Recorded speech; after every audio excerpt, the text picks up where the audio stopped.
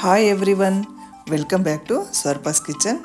Today నేను మీ అందరికీ ఫేవరెట్ అయినటువంటి రెసిపీ చేసి చూపించబోతున్నాను. అదేంటో ఇప్పుడు చూద్దాం. మరి అదేంటో గెస్ట్ చేయండి, చూద్దాం. వావ్, ఎగ్ పులుసు కర్రీ, తెలంగాణ స్టైల్లో కోడిగుడ్ల పులుసు కర్రీ. Super tasty recipe. ఈ ఎగ్ పులుసు అంటే పిల్లలు అందరూ లైక్ చేస్తారు. అందరికీ చాలా ఇష్టం. ఇది ఎప్పుడైనా చేసుకోవచ్చు. అసలు ఇష్టం లేని వారంటూ ఎవరు ఉండరు. అందరికీ ఈ ఎగ్ పులుసు అంటే చాలా ఇష్టం. ఎగ్స్ కాకుండా ఇంట్లో ఉండే వాటితోటే చాలా ఈజీగా సింపుల్గా చేసుకోవచ్చు.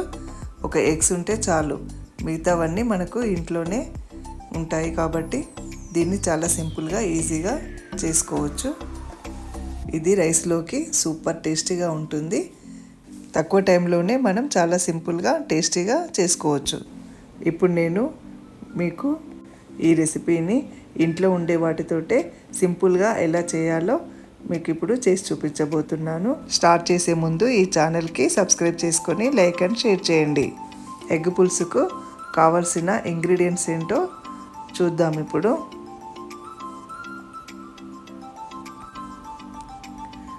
అల్లం వెల్లుల్లి పేస్ట్, మెంతి పొడి, ఆవాలు, జీలకర్ర, ధనియా పౌడర్, కారం, సాల్ట్,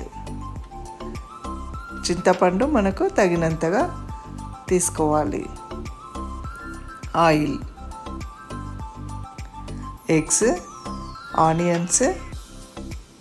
నేను ఇక్కడ ఆనియన్స్ ఒక 10 తీసుకున్నాను. మీరు ఎంత కావాలంటే అంత మీరు కర్రీ చేసుకునే దాన్ని బట్టి తీసుకోండి. తర్వాత కొత్తిమీర, కరివేపాకు, పచ్చిమిర్చి, ఆనియన్స్ ఇలా మనం సన్నగా పొడుగ్గా కట్ చేసి పెట్టుకోవాలి. అప్పుడే కర్రీ చాలా బాగుంటుంది. నెక్స్ట్ ఎగ్స్ బాయిల్ చేసుకోవడానికి నేను ఇందులో బాయిల్ చేస్తున్నాను. మీరు ఒక బౌల్లో కూడా బాయిల్ చేసుకోవచ్చు. ఏదైనా స్టీల్ బౌల్లో ఎగ్స్ వేసుకొని వాటర్ పోసి కొంచెం సాల్ట్ వేసి బాయిల్ చేసుకోండి. నేను దీంట్లో బాయిల్ చేస్తున్నాను. బాయిల్డ్ ఎగ్స్ హెల్త్కి చాలా మంచిది కాబట్టి ప్రతి ఒక్కరూ కూడా తప్పకుండా డైలీ బాయిల్డ్ ఎగ్ తినాలి. మనం ఇలా డైలీ తినలేం కాబట్టి అప్పుడప్పుడు ఇలా మనం కర్రీలో కూడా వేసుకొని చేసుకుంటే చాలా బాగుంటుంది. నెక్స్ట్ ఇలా చింతపండుని ఒకసారి వాష్ చేసుకొని మనం కొన్ని వాటర్ వేసుకొని కాసేపు నానబెట్టాలి. నెక్స్ట్ స్టవ్ ఆన్ చేసి ఒక బౌల్ పెట్టుకొని, నేను ఇక్కడ స్టీల్ బౌల్ పెడుతున్నాను. ఎందుకంటే ఈ మధ్యలో స్టీల్ దాంట్లోనే ఎక్కువగా కుకింగ్ చేయాలని అంటున్నారు, అదే హెల్త్కి మంచిదని అంటున్నారు. కాబట్టి నేను ఈరోజు ఈ పులుసు కర్రీ స్టీల్ బౌల్లోనే చేస్తున్నాను. కానీ అన్ని స్టీల్ దాంట్లోనే మనం చేయలేము. ఫ్రై ఐటమ్స్ మాత్రం తప్పకుండా నాన్ స్టిక్ ప్యాన్లోనే చేయాలి. ఆలు ఫ్రై, బెండకాయ ఫ్రై, చికెన్ ఫ్రై ఇలా వేపుడువన్నీ నాన్ స్టిక్లో చేస్తేనే అడగంటకుండా బాగొస్తుంది. హీట్ అయ్యాక ఆయిల్ వేయాలి.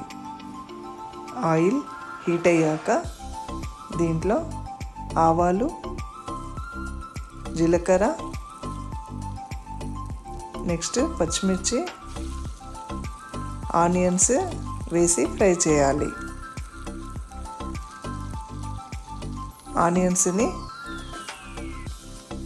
దూరగా వేయించుకోవాలి. లైట్ బ్రౌన్ వచ్చేంత వరకు ఫ్రై చేసుకోవాలి. ఆనియన్స్ మంచిగా దూరగా ఫ్రై అవ్వడానికి కొంచెం సాల్ట్ వేయాలి.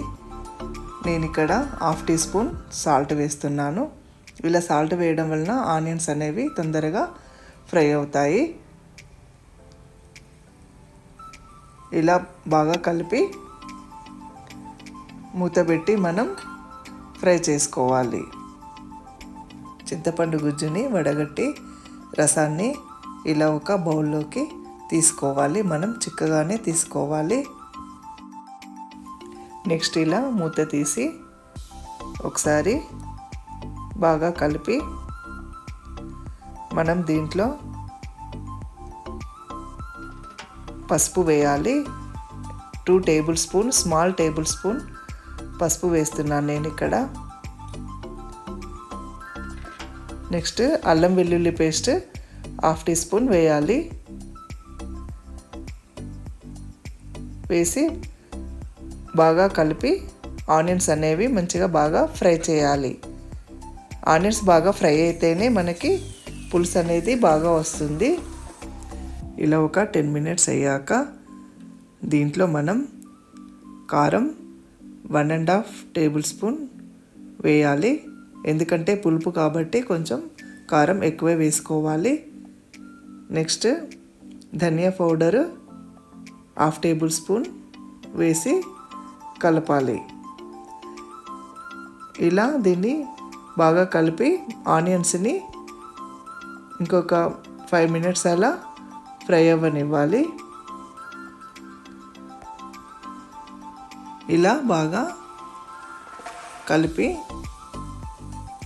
మనం మూత పెట్టి ఇంకొక 5 మినిట్స్ అలా ఫ్రై అవ్వనివ్వాలి. 5 మినిట్స్ తర్వాత ఇలా మూత తీసి బాగా కలిపి మనం ఆనియన్స్ ఫ్రై అయ్యో లేదో చూడాలి. చూడండి, ఇలా ఆనియన్స్ అనేవి ఫ్రై అయిపోయాయి. ఇలా ఫ్రై అవ్వాలి.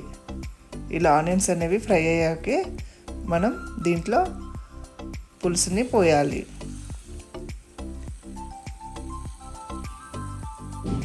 ఈ పులుపుకు సరిపడా కొన్ని మనం వాటర్ కూడా వేసుకోవాలి. ఒక 1/2 గ్లాస్ వాటర్ అయితే సరిపోతుంది. మీరు చూసుకొని వేసుకోండి. పులుపుకు తగ్గట్టుగా వాటరు చూసుకొని వేసుకోండి. ఎగ్స్ ఇలా పొట్టు తీసుకొని మనం ఒక బౌల్లోకి తీసుకొని వీటికి ఘాట్లు పెట్టుకోవాలి. ఇలా పొడవుగా చుట్టూ ఘాట్లు పెట్టుకోవాలి, లేదా అడ్డంగానైనా కూడా పెట్టుకోవచ్చు. ఇలా మనం ఘాట్లు పెట్టడం వలన పులుపు అనేది దానికి ఉప్పు కారం అన్నీ మంచిగా లోపలికి పోయి టేస్ట్ అనేది బాగుంటుంది. ఎగ్ కూడా ఒక కలర్ఫుల్గా వస్తుంది. ఈ ఎగ్స్ని మనం దీంట్లో వేయాలి. వేసి ఒక 15 మినిట్స్ వరకు అలా పులుపు చిక్కగా అయ్యేంత వరకు మరగనివ్వాలి. దీంట్లోనే కొంచెం కరివేపాకు కూడా వేయాలి. వేసి మరగనివ్వాలి. 10 మినిట్స్ అయ్యాక ఇలా మూత తీసి ఈ మరుగుతున్న పులుసులో మనం ఇప్పుడు సాల్ట్ వేయాలి. సాల్ట్ ఒక 1.5 టీ స్పూన్ వేయాలి. ముందు ఆనియన్స్ ఫ్రైలో 1/2 టీ స్పూన్ వేసాం కదా, ఇప్పుడు 1.5 టోటల్ 2 స్పూన్ పడుతుంది. ఇంకా 1/2 స్పూన్ ఎక్కువనే పడుతుంది, మీరు చూసుకొని వేసుకోండి. తర్వాత 1/2 teaspoon small teaspoon జీలకర్ర మెంతుల పొడి వేయాలి. ఈ మెంతి పొడి వేయడం వలన పులుసు అనేది చాలా టేస్టీగా వస్తుంది. పులుపు కర్రీస్లో తప్పకుండా మెంతి పొడి అనేది ఏ పులుసు కర్రీలో కూడా వేయాలి. ఇలా పులుసు అనేది చిక్కగా అయ్యేంతవరకు మరగనివ్వాలి. ఎగ్స్ కూడా మనకి మంచి కలర్ వస్తాయి. అప్పుడే మనకు కర్రీ చాలా టేస్ట్గా ఉంటుంది. నెక్స్ట్ ఇలా మూత తీసి చూడండి, పులుసు అనేది ఇలా చిక్కగా అయింది. ఇలా ఆయిల్ అనేది పైకి తేలాలి. అప్పుడే మనకు కర్రీ అనేది చాలా టేస్టీగా వస్తుంది. దీంట్లో 1/2 టీ స్పూన్ గరం మసాలా వేయాలి. ఫైనలీ కొత్తిమీర వేసి స్టవ్ ఆఫ్ చేసుకోవాలి. అంతే, మీ ఫేవరెట్ ఎగ్ పులుసు కర్రీ రెడీ. సూపర్ టేస్టీగా వచ్చింది. ఎగ్ పులుసు స్వీట్గా పుల్లగా సూపర్ టేస్టీగా ఉంటుంది. కాబట్టి నేను చేసిన ఎగ్ పులుసు మీకు నచ్చినట్లయితే ఈ వీడియో స్కిప్ చేయకుండా ఫస్ట్ నుండి లాస్ట్ వరకు కూడా చూసి తప్పకుండా మీరు ట్రై చేయండి. కామెంట్ బాక్స్లో కూడా రాయండి.